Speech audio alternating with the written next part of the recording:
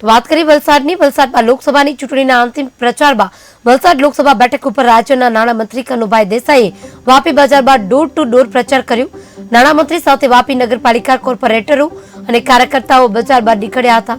વાપી વર્ષોથી ભાજપનો ગઢ રહ્યો છે, ત્યારે રાજ્યના નાણામંત્રી કનુભાઈ દેસાઈએ ડોર ટુ ડોર પ્રચાર કરતા અભૂતપૂર્વ સમર્થન મળ્યું હતું. તો બીજી તરફ અમિત શાહના પ્રવાસ પછી સાથે વિધાનસભા એટલે વલસાડ ડાંગ લોકસભા બેઠક પર કાર્યકર્તાઓમાં ઉત્સાહ વધ્યો. તેમજ ત્રીજી વખત દેશના વડાપ્રધાન નરેન્દ્ર મોદી બને તે માટે અમિત શાહે લોકોને વધુમાં વધુ મતદાન કરવાની હાકલ કરી.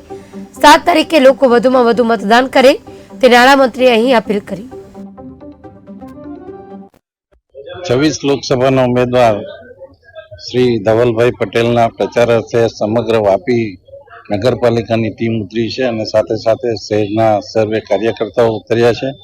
અને આ વિસ્તારના વેપારીઓ જે વર્ષોથી ભારતીય જનતા પાર્ટી સાથે સમર્પિત છે એમને ડોર ટુ ડોર મળવાનું થયું અને ભારતીય જનતા પાર્ટી માટે મોદી સાહેબને ત્રીજી વાર દેશના વડાપ્રધાન બનાવવા માટેની એક હાકલ કરી, જેનો પ્રતિસાદ લોકોએ એકદમ પ્રેમ અને હૂંફથી આપ્યો અને એશ્યોરન્સ આપ્યું કે 7મી તારીખે સવારે 7 વાગે એ લોકો ચોક્કસ મતદાન કરશે અને ભારતીય જનતા પાર્ટીના વિજયની પોતાનો સમગ્ર વિધાનસભા સાથે વિધાનસભાના કાર્યકરોમાં અનેરો ઉત્સાહ હતો અને બધા કાર્યકરો પણ હજા અને મેદાન એટલું ફૂલ હતું કે બીજી આજુબાજુમાં ઘણી બધી પબ્લિક ઉભરાતી હતી.